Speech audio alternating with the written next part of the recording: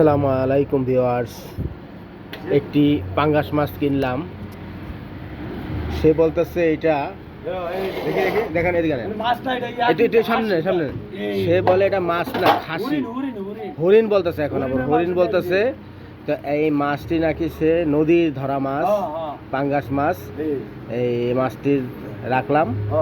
যাক, উনি বলল নদীর মাছ, কখনো বলে হরিণ, কখনো বলে খাসি। যাক, খাসি হরিণ মনে করেই খাবো। এখন আল্লাহ ভরসা, দেখা যাক কতটুকু স্বাদ লাগে। তা আপনারা সবাই দোয়া করবেন যে ওনার কথাটা যাতে সত্যি হয়। 750 টাকা কেজি দিয়েছে, একদম পাইকারি লেগ, বুঝছিনি কথাটা, কোনো ইয়া নাই। আচ্ছা, লাভও নাই, লসও নাই, শেষ। যাক, ভেরি গুড। উনি এখন ওনার উপরে বিশ্বাস করে ইনশাল্লাহ মাছটা কিনেছি। দেখা যাক আমার ওয়াইফ রান্না করলে কেমন মজা হয়।